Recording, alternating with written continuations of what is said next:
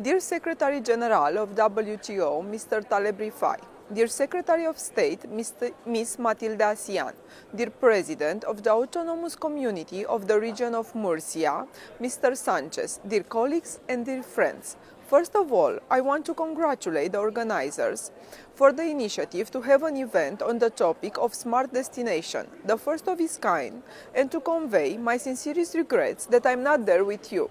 But even though I could not be present today, I hope to see some of you in Spain on 24th of March when I will be co-hosting an event on the impact of technology on tourism and transport, also in partnership with my good friends from UNWTO and Amadeus, who are also present here.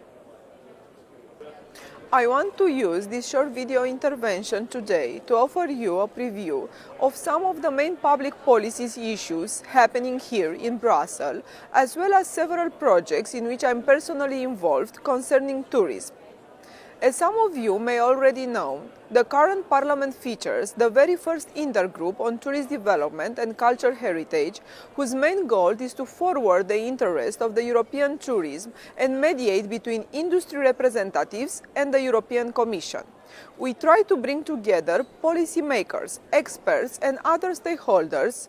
We organize events to discuss, but we also draft resolutions and table amendments by which we try to highlight the bond between tourism and other sectors such as environment, culture or regional development.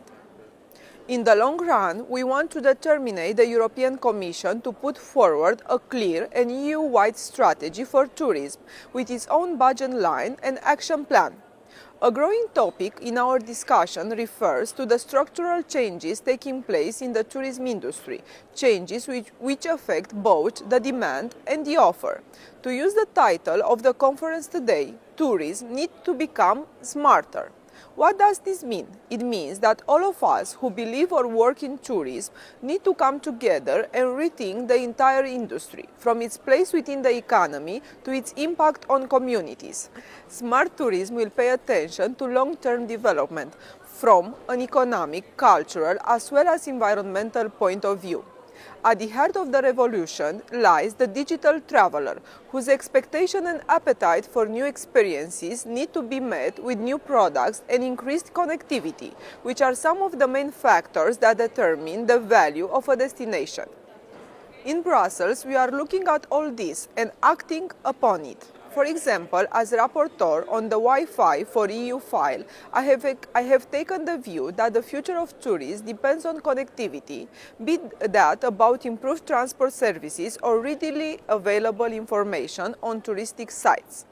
As such, beginning with this summer, any community in Europe will be able to apply for EU funding in order to have free internet for its citizens and for its tourists.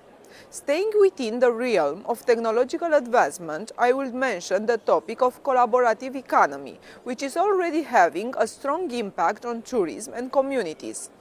As shadow rapporteur on behalf of European Socialist and Democrat for these very important files, I wish to stress that we need to find a balance between stimulating innovation and protecting traditional industry players. I strongly believe in the benefit of the sharing economy and platform-based services, but I want all of us to reflect about the impact of this on the environment, congestion or housing prices, to give just some examples. Looking at the next 2 years, I can say that policymakers and stakeholders alike are looking at a very busy period. We are now at the beginning of the UN Year for Sustainable Tourism, when we all try to raise awareness of the impact tourism has on the environment and communities.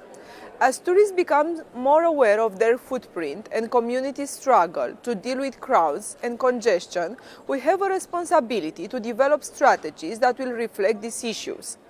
However, tourism is also about culture and identity, the two ingredients that draw millions of people to Europe. In light of this, the next year has been designated the European Year for Cultural Heritage, which means that we will have 12 full months of celebrating and promoting the European cultural brand and the tourism services behind it.